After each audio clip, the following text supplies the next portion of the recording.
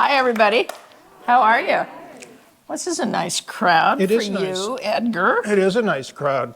I think they must have been excited about hearing you speak. So I want to make sure that you can all hear me because I have the reputation of being a low talker. I am a low talker. Can you all hear me? Oh, Lola, hi. Nice to see you. Hi, Lola. Yeah. Can you guys hear me? Not a problem. Not a problem. I am. You know, I talk from my diaphragm. So we had to get them to turn. You're using words like diaphragm during this? Yes. Oh dear. Because I'm going to talk about Edgar's life as an artist because I think you all know him in a different way in his work as executive producer, but we're going to learn some really interesting things about Edgar this evening. We are? Yes, as long as you tell us. And if you don't, I'm going to have to wrestle it out of you. You know, I did ask to see a list of the questions, and I was denied access to the questions. That's because I wanted to surprise you. Okay. And you asked Allison. See, Allison, is Allison here? She's, yay. Thank you for doing that, Allison. That really is heartening to me because she could have handed you the questions. She could have, and she didn't know. She maintains scrutiny. My good wife, Tracy Dobie, is there. Where's Tracy? Hi, Tracy. And my good wife, Suzanne, is here. Where is she? There she is. Hi, Suzanne. And it's just great to see everybody here tonight. At 10 minutes to, Jody will give me a hi sign, and we'll open it up to you all for any questions that you might have. And then Shonali keeps the bar open. So if you want to go out and buy a drink, you can do that. And Edgar will be out there, and we'll be fielding more questions from you in the lobby, and maybe somebody will get him a drink too. That's right. He'll be ready for it. You will? Thank you, Sheila. Okay, good. Sheila will do that. Pardon? Drinks are on the house tonight. Who said that? Decker. Oh, Drinks are in Decker. the house. Drinks are in the house. Okay, party down at Arena Stage. We're going to be rocking and rolling all night. Thank you, Decker. That's fantastic. Thank you That's very much. fantastic. Some young folks in the audience, so we do have an age limit on the drink. Okay. Okay. Thank you, Beth. I love this. Roy Rogers and Shirley Temples for you. But we have non-alcoholic drinks too, Beth. Yes, we do. I want to start with your life as an artist because some people don't even know that Edgar is actually from Canada and had actually a pretty big career in Canada before he came here to the United States. But let's go all the way back to your life as a young theater maker. And let's go back to a production, I believe it was E.E. Cummings. And let's describe for the audience what you did as an actor. Well, and this particular story informed the rest of my career Wow. because I learned that I didn't have what it takes to be an actor. So how familiar is everyone in the audience with the American writer and poet and playwright E.E. Cummings? Look at that, a lot of hands go up, here. Well, I did a postgraduate degree at the University of Leeds in Yorkshire in England, and there was a theater component, and like any good guild-like program, you had to the students produced the work in the workshop theater. And I was approached by a director who said, I would like to do E. Cummings' Him, and I would like you to play the lead in it, him. And I said, well, why would you want to have me do that? And he said, because you have a very authentic American accent. So I said, well, there was a practicum requirement, so I did it. I said, okay, I'll do it. First lesson, and I know this as a producer as well, before you say yes, read the play. I hadn't read the play, and in the preamble it said that the role of him was longer than the role of Hamlet. Oh, God. And E. Cummings didn't believe in punctuation or capital letters, so it was, you know what I mean. And I asked the director after, and there's no way to get out of it. I said, why him? And he said, well, Edgar, it's never been performed without being edited in some way. So this will be the first time it's been performed straight through the way that Cummings wrote it. So I thought, wow, this is really a strong artistic reason for wanting to do the thing. So I learned it. You said I'm a Canadian. We Yep. Canadians do what we say we're going to do. It's true. And then it was an expressionist production. So like a lot of the writers of that time, they were really interested in carnies and sideshows and all sorts of things. So for one of the scenes in which the character of him appears nude, the setting was sideshow mirrors, distortion mirrors for the walls. Oh, God. So I'm here to tell you that this was the most comfortable position to be in when performing nude and doing this long silhouette, because when you turned this way, you got very distorted views of what you were doing, and it was hard to remember the lines. Is that where cyclone came from? Cyclone may have come from there, yeah. So what's the lesson? The lesson is you have to be so vulnerable. You have to be so open as an artist to be able to tackle these roles. And I just I think I'm vulnerable in other ways, but that wasn't going to be one of them. Oh, my God, Edgar. Did you have a writer in your contract that you were going to be naked? I didn't have a contract. That's another lesson. And that may have taken you into the kind of work that you do now. Well, yes, and now when we do a play, we have to have intimacy directors, right? We have to create a safe workspace. Right? And a safe workspace in terms of nudity, any kind of physical work with each other, any lovemaking, kissing, touching. I mean, it is a whole thing that actually has caused a bit of a crisis within the directors' union, because a lot of directors don't like using intimacy coaches because they feel as if it's taking away their ability to be able to direct. It's pretty fascinating, right? Yeah. And you're unusual, Edgar, because a lot of... Yeah, for doing a role like that, I would say. Well, first of all, I think this group was a little stunned, I have to say. I could hear a penny drop out here. Just so you know, there were no production photos. This is going to be a source of a lot of cocktail party chatter. Did you know that Edgar? Oh, my God. A lot of people who are executive directors, executive producers, managing directors, they are attracted to artists, but they don't love artists in the same way that you do. And I find that you're really rare. And do you think that that is because of your background? Because you like everything. He likes the process, he likes the ideas, he likes talking about the ideas, he likes going in and seeing the productions, he likes having discussions about the productions. So why is that? Why are you unusual in that way?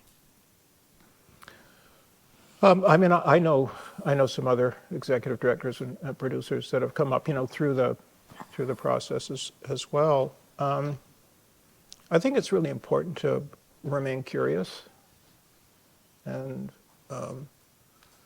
I think it's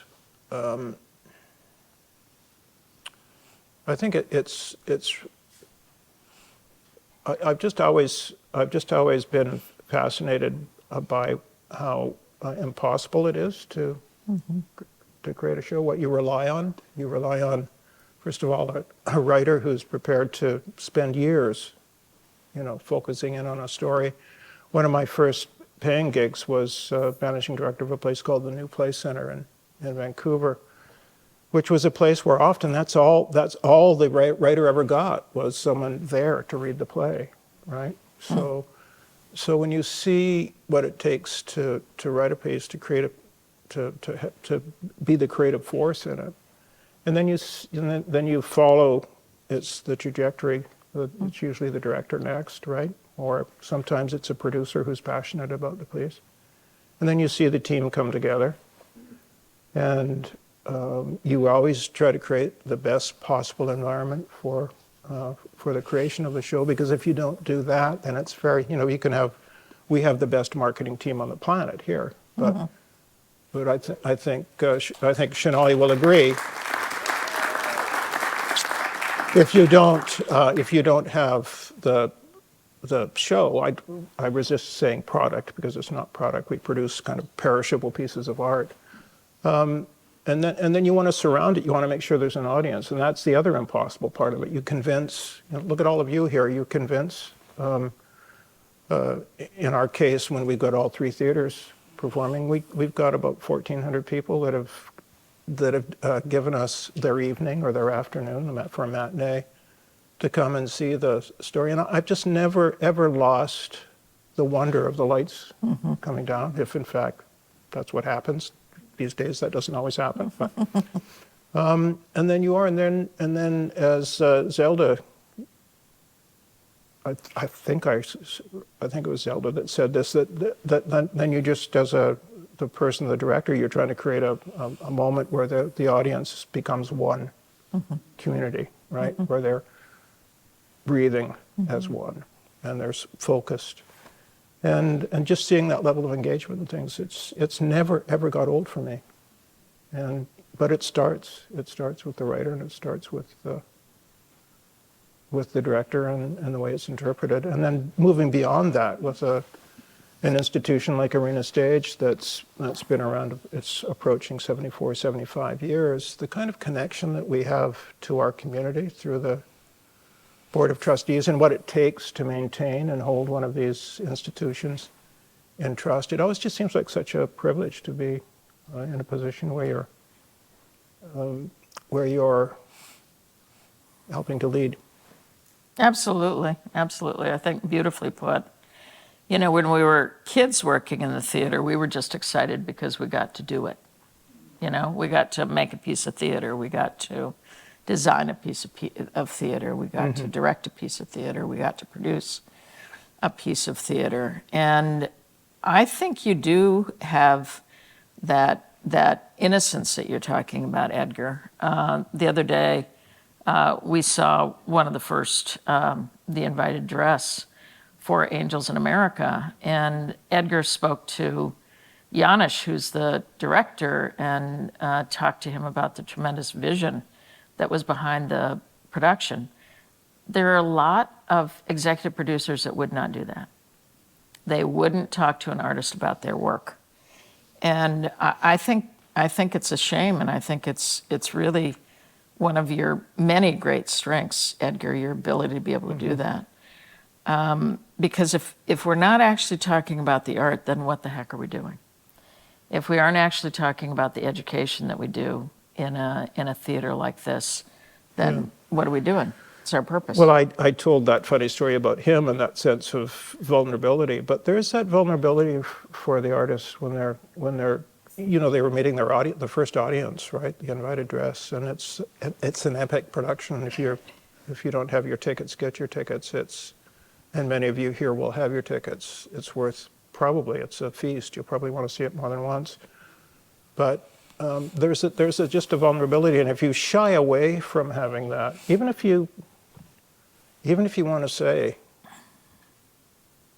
"What were you thinking?" or "How are we going to pull this one together?"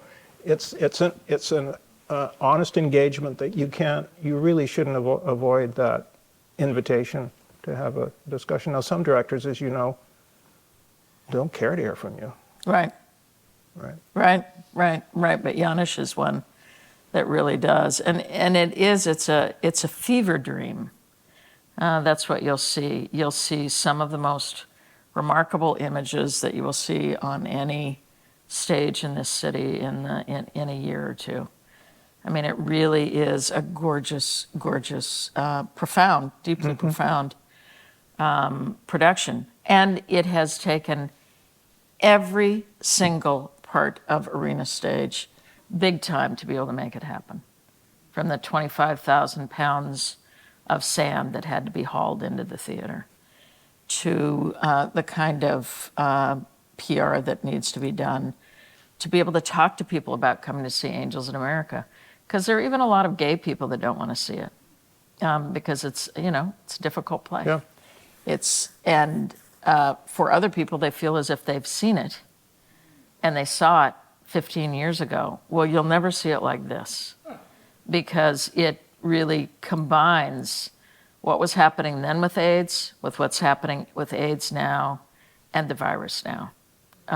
So he's found a way to be able to do all of that, plus do that from an Eastern European point of view. Absolutely. And fun fact, the sand is imported from Canada. It's safe sand.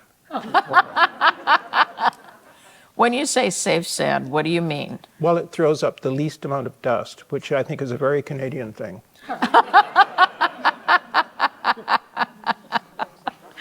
I love that. So when you were in Canada, talk a little bit about your career then, because eventually we'll get to your career in the States.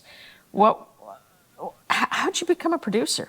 Did you just walk in and say, gee, I like to put things together, I like to match people up, I like to make more than what's just on stage, or I like to make the pieces on stage, I like to work with artists, I like to bring them together? What told you that, I'm a producer? My first experience as a producer was at the University of British Columbia. We had just built the Freddie Wood Theatre after the founder of the theatre department there. A beautiful facility, like a 400-seat theater, and it had a studio with it as well. Uh-huh. And the academic year is over in May, and it was going to be sitting there not being used. And the president of the university called me and he said, look, I'd like to give you a grant, and why don't you form a summer stock company, and why don't you put together a season that uses these facilities that we've just built. It's a real oversight that we don't have anything like that done. So I guess I was recommended by the head of the theater department to be the person that they talked to. So we put together a season, 3 plays.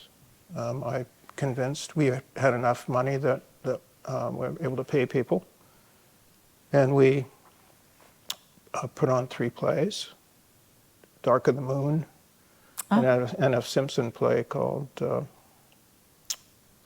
I forget. It's not called I forget the title of it, but so and it was really successful. And so at the end of the summer, I went to see the president of the university, and I gave him back a check for the amount of money that he'd given us. And he says, well, what the hell am I going to do with this? He said, give it to the next group, because we had an experience. And one of the measures is after each performance is, of course, the applause, but it's also on a commercial venture, it's also nice to have a dividend to return. How old were you then, I must have been 19, I guess, 18, 19. Yeah, so it's pretty interesting that president and the head of the department saw that he had something in him that could work in this area and that could work well in this area. Were you the kind of kid that used to draw people together in the neighborhood to do things, to plan things? Yeah, actually, that you mentioned that, my dad always let us turn the backyard into a skating rink. And so we were kind of the, from a sporting point of view, we were the center of the neighborhood that way. And then I'm one of 5 boys, and my mother and father got tired of our bickering and fighting with one another. So my dad actually built a boxing ring in the backyard and would put me and, especially me and my brother David, out there to settle our differences with a pair of boxing gloves.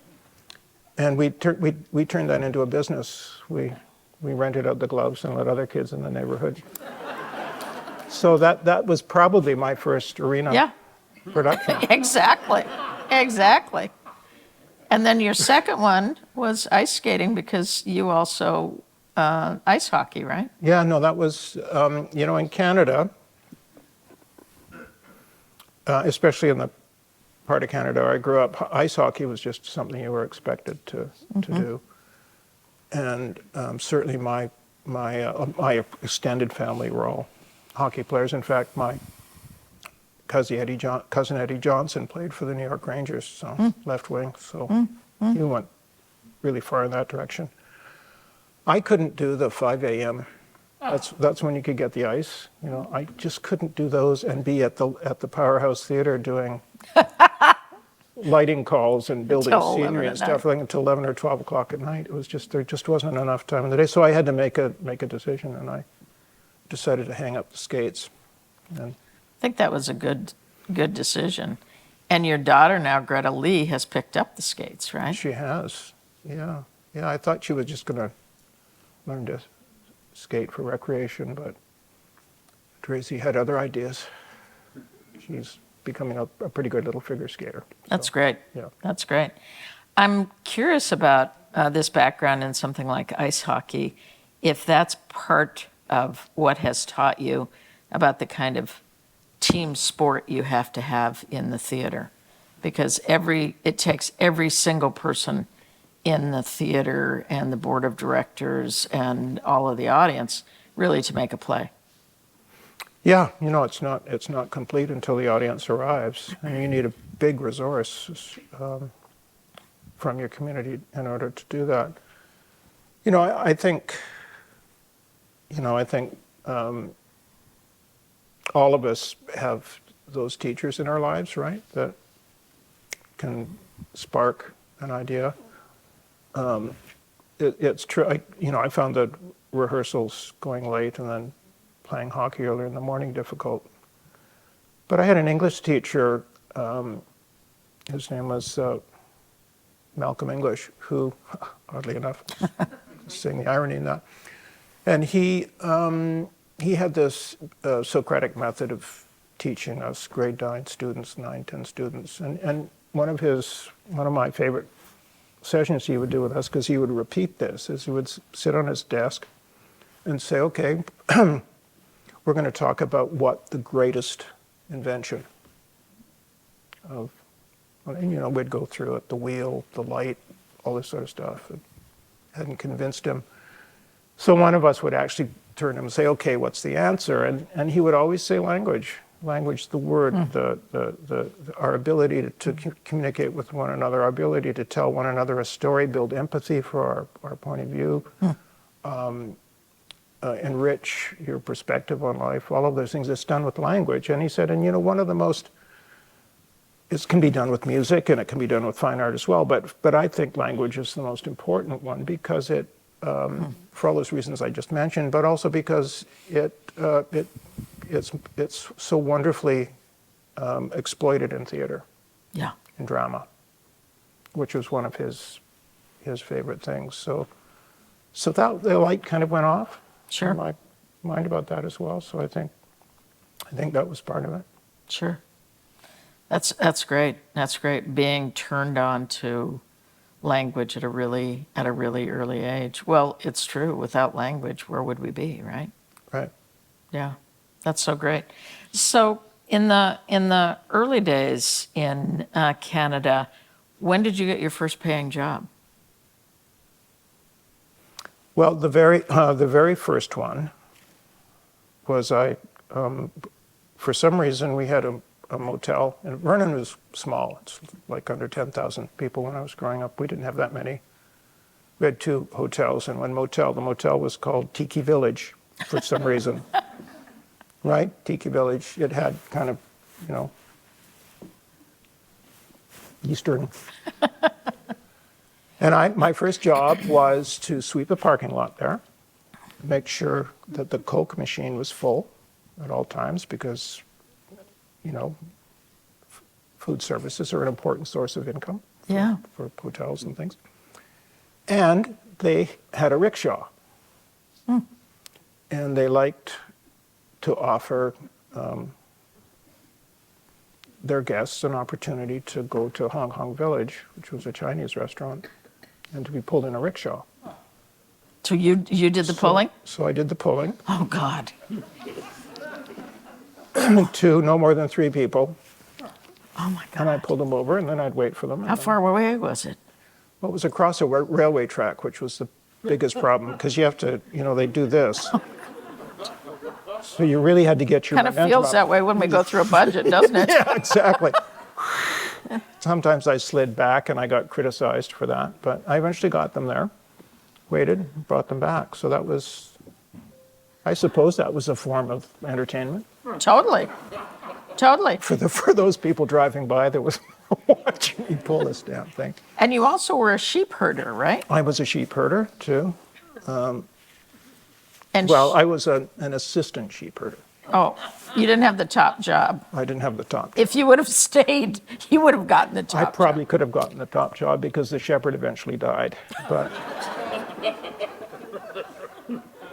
swarmed by the sheep. But, you know, if we're thinking about lessons learned, Yeah. I learned a lot about fear with that job because it was, you know, 2,000 sheep up above where trees don't grow, above the tree line, in the Monashee Range next to the, on the way to the Rockies, because there are some other mountain ranges in there. And that's where Tom Thorlickson had his summer pasture. And I'd go up there, and then he'd leave me. He'd go back to get supplies. I would usually go up there with him when they had to dose the sheep for parasites and things like that. So looking at you, Suzanne, there's nothing like, you know, going up to on your own to get a pail of water to mix the stuff you're supposed to be giving to the sheep, putting it in a copper pipe and shoving it down their throat. And there's a big old bear up there fishing for frogs in the spring. Yeah. So that kind of shepherding has helped you with groups of people at Arena, I did. This is not meant to sound the wrong way. right? Because we're now on grass. I know. But I actually learned a lot about managing people I bet you did. with that. Yeah. It's having a really clear signal, Clear sense of direction. but actually really, really clear, because you know, we were working together. We were working with these wonderful sheepdogs and things like that. So really having a clear idea of which pasture you have to get to and how you're going to get there, and keep going. You know, I love all these life lessons because it goes to show each of us that everything we've done in our lives somehow feeds into what we eventually do in our lives. You know, that there's nothing we ever lose by spending time doing something other than what we may end up doing in our life's work. Yeah. Now, I don't know how many hours of deep therapy it took to, you know, to make those connections, but So Edgar, then you became a producer in places like Canadian Stage, right? I went from that program I told you about, the New Place Center, really caught the attention of the National Arts Centre, so they asked me to come and be the managing director there for the English theatre. There's a French theatre and an English theatre. Right. And that eventually led to an invitation to be the managing director at the Civic Theatre in Toronto at the time, which was Centre Stage. With 2 of the artistic directors, we merged 2 companies there to make the Canadian Stage Company. We took Toronto Free Theatre and Centre Stage and put together we were really interested in putting together a company that had the resources and the venues and the heft and the connection to the community that the Shaw the Stratford festivals had, because they were connected to those writers, and we were interested in Right. it was just part of a whole cultural policy in Canada at the time to find and promote and encourage Canadian storytelling. So. Yeah, Edgar is super well known in Canada. I think some of you know I've spent a chunk of my career in Canada directing, and everybody knows Edgar and loves him and loves working with him years ago. But I'm curious then, Edgar, why did you say, now I'm going to go to the United States if you had this bustling career? I got a call one Sunday night. It was my practice just to go and make a list of 10 things that I hope to accomplish that week at the office after dinner and after the kids were in bed. And the phone rang, and it was a guy named Garth Drabinsky. How he had my office number, I don't know, but that's Garth. And he said, it was a company called Cineplex Odeon. He said, Edgar, I'm building a vertically integrated entertainment corporation. We have theater, we have movie exhibition, distribution, and he was getting into production. We have that under control, but I want there to be a live entertainment component to this. And I've done my research. I want it to be a Canadian. I want the company to remain headquartered here. Will you come and be the founding vice president of that division? And I said, well, do we have a chance to talk about it? So I went up and visited him in his headquarters behind his big granite desk, and he described what he was hoping to do: build a network of theaters across Canada and the border states, produce Phantom of the Opera, do all these things. And I said, wow, it sounds really, really, really fascinating. I'll have to think about it. He said, we poured you a cup of tea, right? I said, yeah. He said, how much is left in it? I said, about half a cup. He said, well, by the time you finish the cup, I need your answer. That was one of those moments. Oof. So I accepted the opportunity. I was ready after after merging those companies and putting it all together. I was ready, and they were probably ready for me to move on to.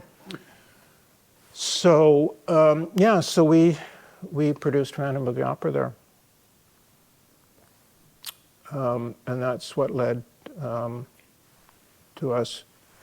That production, which played in Toronto for 11 years, was the highest grossing, fastest to recoup.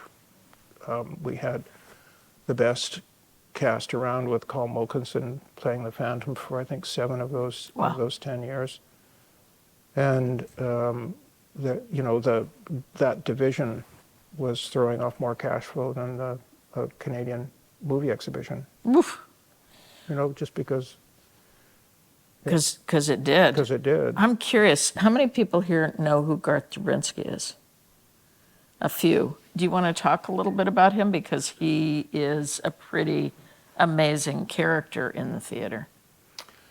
Highs and lows. Highs and lows, yeah. I mean, he was a lawyer, an entertainment lawyer in Toronto, who came up with the concept for developers of taking a piece of those big buildings that get built where they don't need it for parking. What are we going to do with this big space? And he introduced the Cinematheque concept started in Toronto, and then it came over. So you could have smaller venues, longer runs, and quite frankly, sell more popcorn and chocolate bars, which is where you make all the money in movie exhibition these days. And he just grew that. He had enough cash flow and enough gumption to acquire the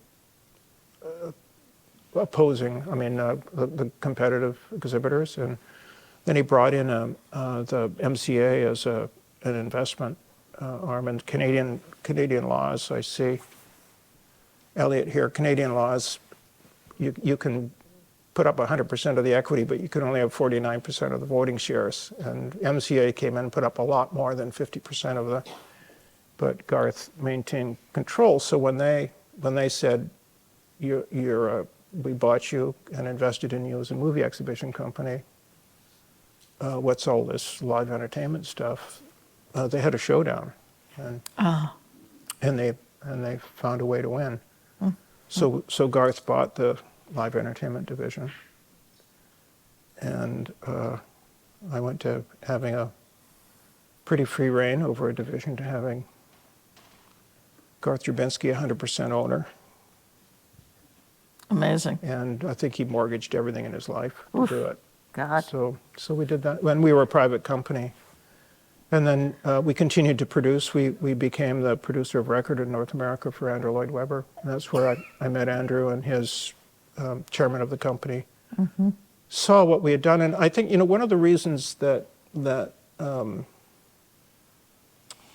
we were successful is that I was able to convince Garth that we just didn't want to import the components, that if truly he wanted to build a network of theaters and produce for that network, that we needed to build a production capacity in Toronto, that we certainly had the acting talent with the festivals and the amount of...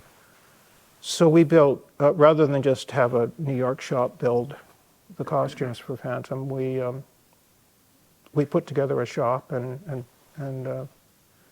Ian Poole, who used to be the general manager here, was the production manager that I brought in from the National Arts Center, and we seeded a lot of equipment rental companies and scene shops. There's a scene shop in Calgary that builds a lot of shows down into the States now. So it was we wanted to build a infrastructure and an industry there if we were going to be producing at that level. So Garth made a lot of that. He got it, not always for the right reasons and the right imperatives. Did he want to? He ended up going to jail for 5 years because he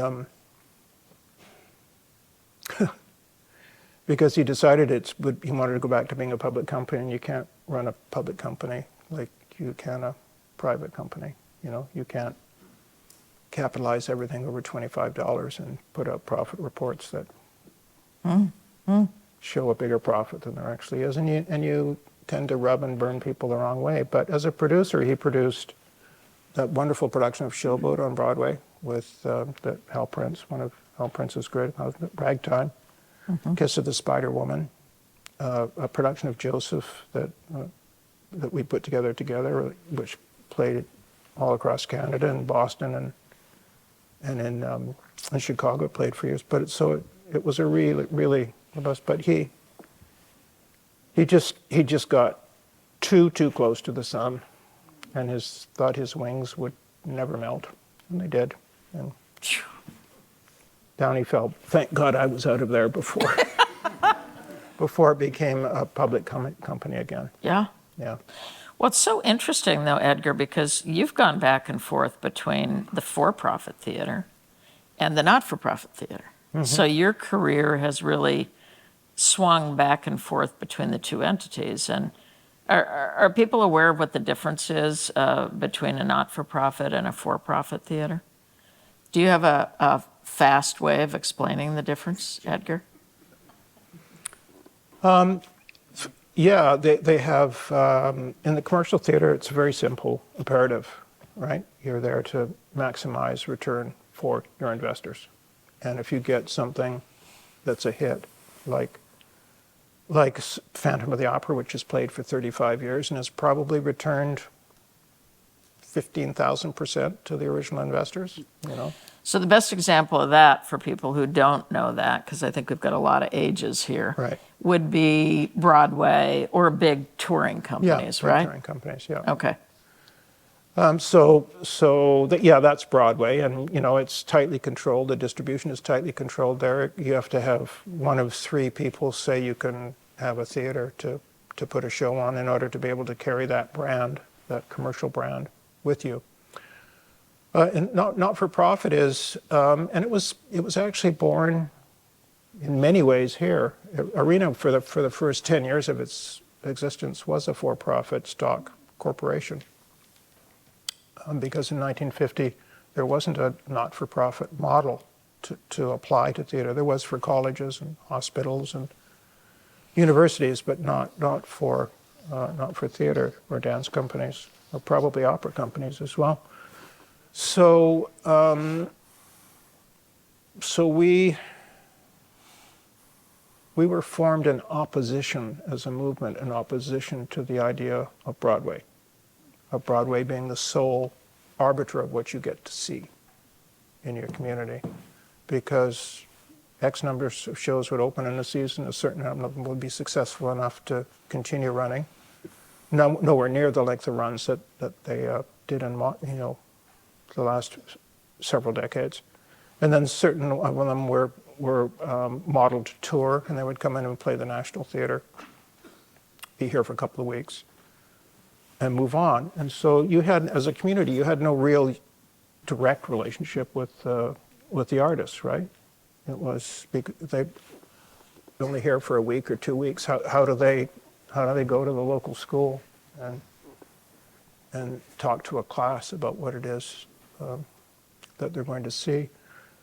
So the resident theater movement had it as a founding principle, being resident in your community. That word resident was very important to Zelda. I made the mistake of using the word regional theater at one point, and she almost took my dish of ice cream away from me. Because that word resident, having that connection to your community, being a place where your employees and artists and all of that have a home directly in the community, and the community feels you're necessary. Borrowing another one of Zelda's phrases, that you sit there as an instrument of civilization within your community. Right. And that you have that kind of that responsibility to pick the stories and present them well, produce them and present them well. So, and it's very hard to make that work on a commercial basis. Yeah.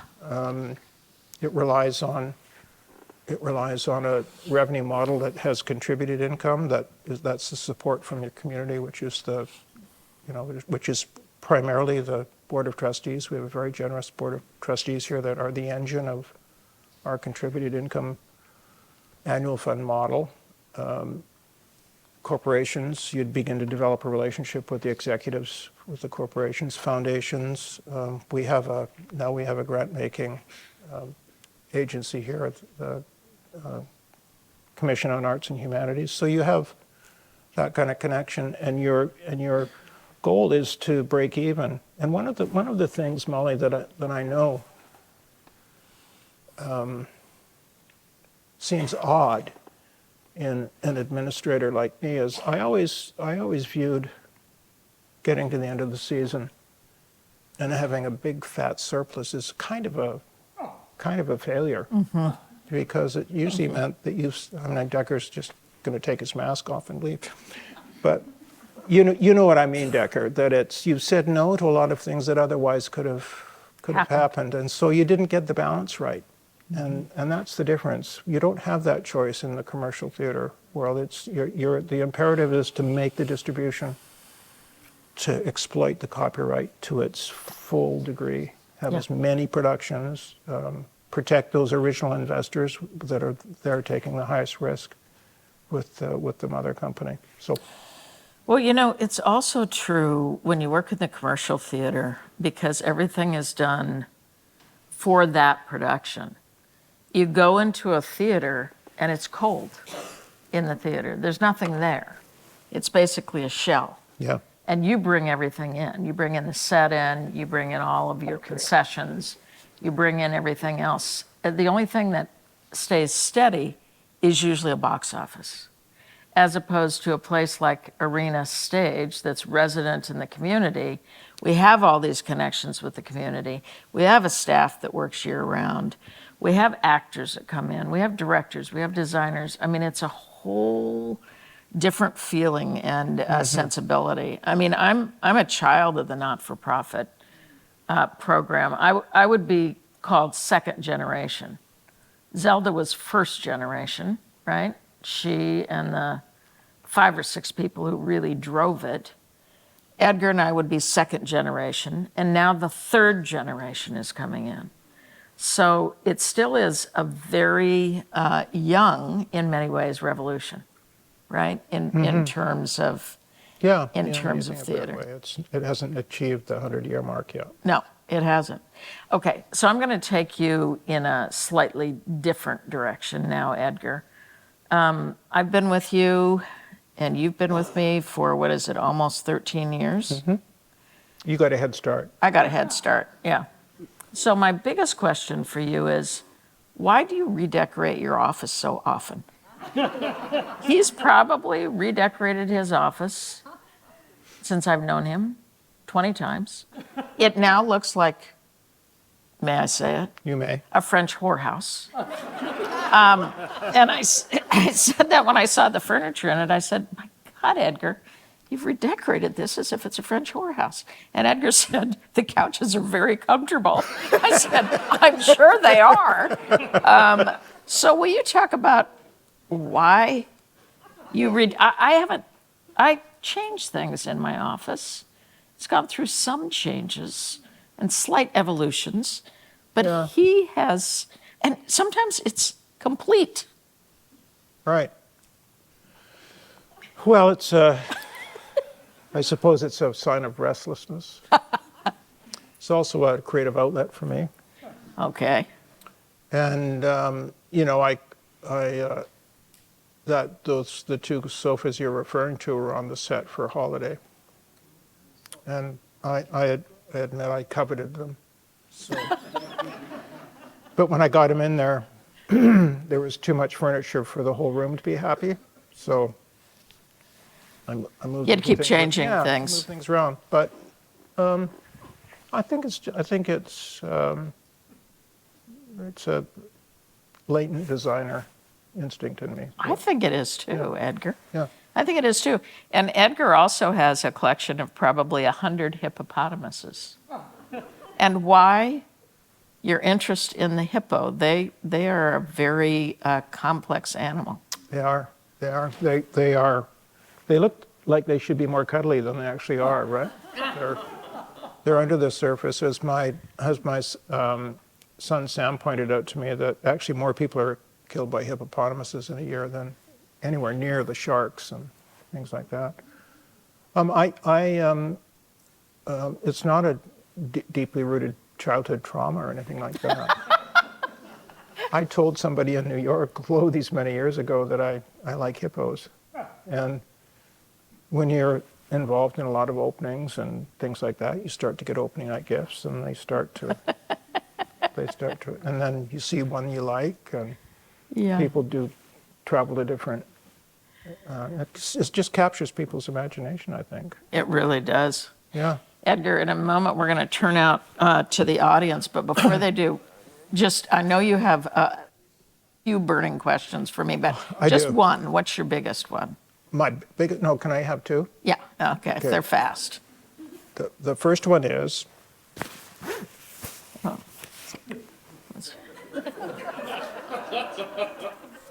I actually have three, but I'll just do two. Okay, you can ask me The first one is tomorrow. really, really personal. Is that Okay. all right? Yeah. Do you and Suzanne nickname your cars? And if so, what are their names? She nicknames her cars. And what are they, Suzanne? It's the Black Pony. Black Pony. Okay. Black Pony. Hers is the Black Pony. I don't think I have a Mini Cooper, which I like because it's fast. And I like the engine, and I like the fact that it's a steel body, and this is the second Mini Cooper I've had. I also like it because it looks like a little girl's patent leather shoe. So I like the design. Good. So maybe I should call it patent. Patent. No, or Okay. yeah. Okay. Okay, here's a big question for you. And it's one that's being asked. I think of the candidates for the new artistic Yeah. director, and it's a vision question. And so here it is. Look, 5 years from now, when you return for a visit to Arena Stage, that doesn't mean you can't come before 5 years. It just means this is framed. I have a golden ticket. I'm I know you have a supposed to be golden able to ticket. come when I want. You can come whenever you want, but this is just a kind of a vision question. Okay. When you return 5 years from now after many visits, what do you hope to see? And the second part of that question is, what do you imagine you actually will see?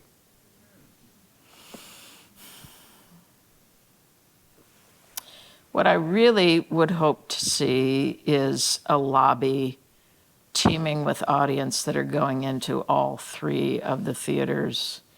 I would like to see theater goers of all ages, all types, all ethnicities. I would like to see programming that is stuffed into every area of the theater, not just the theaters, but also the rehearsal halls, the study, that there is a sense of its high level of activity with the artists and high level of activity with the community. I mean, Edgar did one of the most brilliant things in the world, which is when the city called and was interested in a vaccination site here at Arena, he worked with them and worked with everybody to make that happen at Arena, and I think 15,000 people were vaccinated. That was pretty thrilling. So that's what I'd like to see. What do I think I will see? That. Good. Okay. That's why Molly's always been in charge of ambition. Doesn't mean I'm not ambitious. I'd like to see that happen. Absolutely, absolutely. Okay, we've got a couple questions out here in the house, I think. Somebody's got to have a burning question. Let me see a hand. Where? Oh, there's a hand right there. There's Alan. Oh, it's Alan. Hi, Alan. Thank you for sharing your thoughts. I have a question about repertory theater. In the 60s and 70s, we always had the same actors here. And we always looked forward to seeing the different abilities of different actors in different situations. Did that relate to going from pop to non-pop, or was something else going on? Because other theaters have done the same thing. Yes. Here's what happened, Alan. There was a company of actors here for 40 years, and many of you were here when there was a company of actors. Eventually, that was diluted and let go, and it happened before I came here, because having actors on for 52 weeks out of the year ended up being exponentially expensive. And then when I came in and refocused the mission of the organization on American plays, American artists, American ideas, the range made it too complicated to have a company, because how do you have a great actor for a piece of musical theater and a great actor for a straight play? It's very, very difficult to do. So that was the reason why. Yeah. But what we often talk about here, Alan, is let's make sure we have artists here from this community, because over 50% of the artists are from the community, and there really is a roving company here. I mean, you've seen Ed Giroux a number of times here. You've seen a lot of artists a number of times here. So you have that kind of familiarity of almost like an ongoing ensemble. And that was true. I worked at Trinity Rep in Providence. They still have, they kept the ensemble approach there, and it meant that you lose a lot of the ability to do new work, because writers aren't necessarily writing for that group of 10 to 12 artists. And so even when I was there, we lost a lot of opportunities to do world premieres, because it just didn't sit on the talent. They're hugely talented, and they had found other ways to do shows, but reinterpret shows. Yeah, absolutely. Do we have another question out here? Oh, yeah. Let's go here first, and then we'll go with Lola. Here at Arena, you both have been involved in a number of different productions. Which, for each of you, brought you your greatest satisfaction? Well, those are, that's a tough question, because they all kind of feel like your children. And ones, Molly, I think the ones that you always aim for this individual parts to add up to something more than, or whatever that expression is, and there are more than half in every season that do that. Yeah. But you learn so much from the ones that, for reasons that you understand, fall short. I was hugely impressed with the originalist here that was on this very stage, and that's one of the things where Molly and I had a disagreement about whether we should do that or not. I said, you're crazy. You want a First Amendment case held by the person that this play is purported to be about? And what you said to me is go talk to John Strand about why he's written it. And, you know, he had written that play so that he could imagine a conversation happening between, you probably saw it, between Justice Scalia and a young law clerk fashioned with the mind of Justice Ruth Bader Ginsburg. And what that did is it unlocked the possibility to relitigate those cases and understand them in a different way. And so, to me, that was, you know, that was written for this community. It came out of this community. It was meaningful here. Beth Newberg figured a way for it to get to New York as a commercial production as well.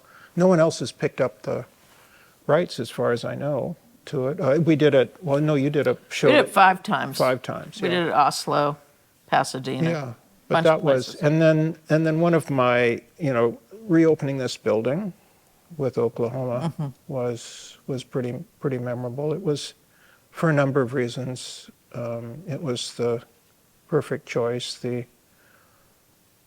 How could you go wrong with the first words, language that you hear? What a beautiful morning, right? What a beautiful day. And it also,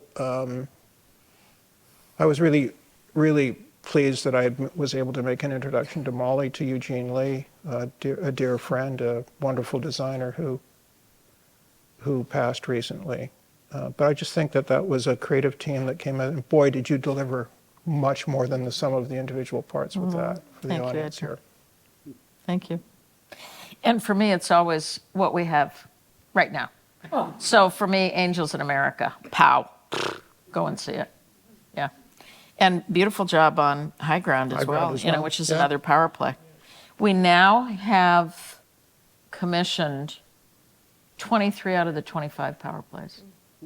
And we'll complete the commissions by the time I leave.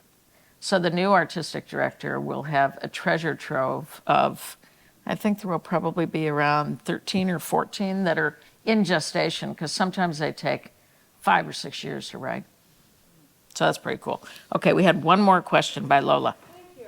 I know when you invited us, thank you, sir. When you invited us, you mentioned, and I noticed, that you won a big award in the last few months.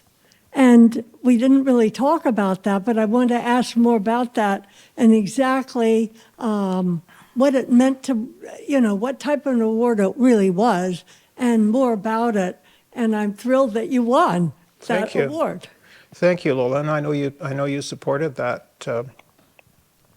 that event as well. So thank you. It was Victor Shargai was a friend of this whole community, especially of theater, and he led through example. He was so interested in creating a robust and healthy theater community here. Wonderful man. Is Craig here? Do I see? Maybe not. So Theater Washington, he was the founder of one of the founders of the Helen Hayes Awards. He was the volunteer and chair of Theater Washington. And so when he passed, they made a Community Leadership Award in his name. And they gave me the first one. So, Well deserved. Well deserved. thank you. My last question for you is, Edgar and I both went on Noom. He succeeded, I didn't. What do you think is the difference in our personality types? Well, Ambition versus capacity. I had Ambition. too much ambition, right? ambition versus You counted those calories like I don't know, like a card shark. I could look at a banana and say 78 calories. You know, it's the data, right? You look at it and then you have the discipline of collecting it. Now you collect data around ticket sales and things at a far greater clip than I do. I only found out recently that you can get hourly updates from our box office. I was happy with, a number at 8 o'clock at night. Yeah, no, I don't know. I mean, we complement each other, so Yeah. something will work for you that won't work for me, and you can tell me all about it. Well, Edgar, thank you. Thank you. And thank you for a great interview. Such a great interview.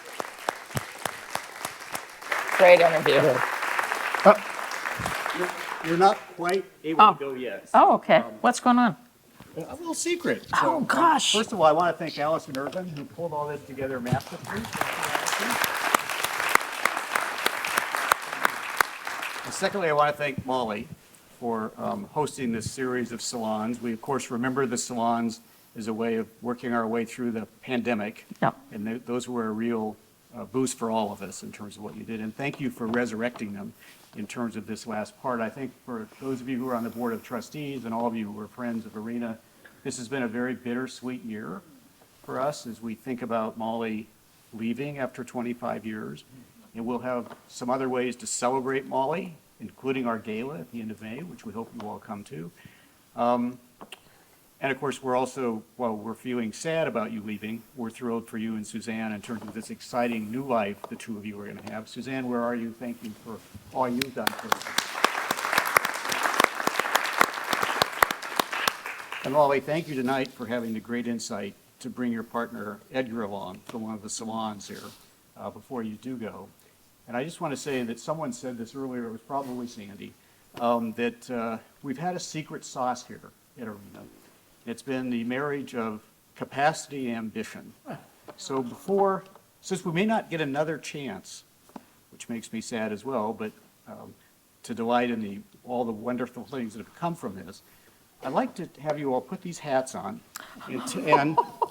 and just, as the saying goes, say it again. Oh, my One more God. time. Oh, I Capacity and ambition. love Please that. explain this for everyone, and then we'll go out and have some. I love this.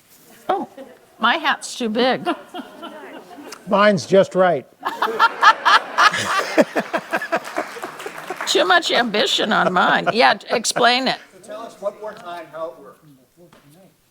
Well, when Molly and I, we didn't really know each other, did we?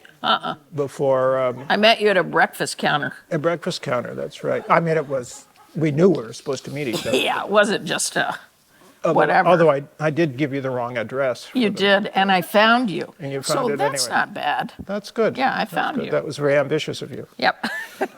So how we had to find a fast way to understand the partnership, right? Molly had been here for 12 years. We were a year and a half before moving into this building, and it just struck me that it was a hugely ambitious project and goal, and there was a number of challenges and opportunities in the way of meeting the meeting, and Molly just kept pushing, just kept believing, and I was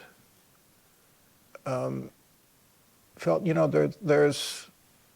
there's certainly the capacity here. I'm not quite seeing where it is, but I had a pretty clear idea of where we needed to arrive, and it was really important that Molly just kept pushing. We have this expression where we say we learn from the culture of a really healthy rehearsal hall, and during a really healthy rehearsal process, you need to take risks.